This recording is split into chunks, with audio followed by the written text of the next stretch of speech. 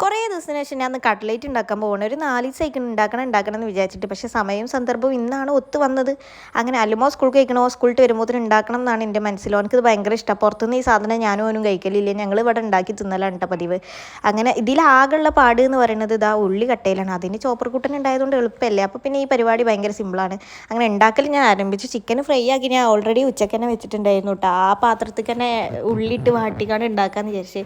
ഞാൻ എപ്പോൾ കുക്ക് ചെയ്യുമ്പോഴും അധികം പാത്രങ്ങൾ ഉപയോഗിക്കാതെ നോക്കൂട്ടെ. അതായത് ഉപയോഗിച്ച പാത്രങ്ങൾ തന്നെ വീണ്ടും ഉപയോഗിക്കാതെ ആകുമ്പോൾ പാത്രങ്ങളുടെ എണ്ണം നമുക്ക് വളരെയധികം കുറഞ്ഞു കിട്ടും. അങ്ങനെ എല്ലാം സെറ്റാക്കിയതിൻ്റെ ശേഷം ഇങ്ങനെ കുറേ നേരത്തെ പണിയാണ് ഇതിങ്ങനെ ചെയ്യാൻ.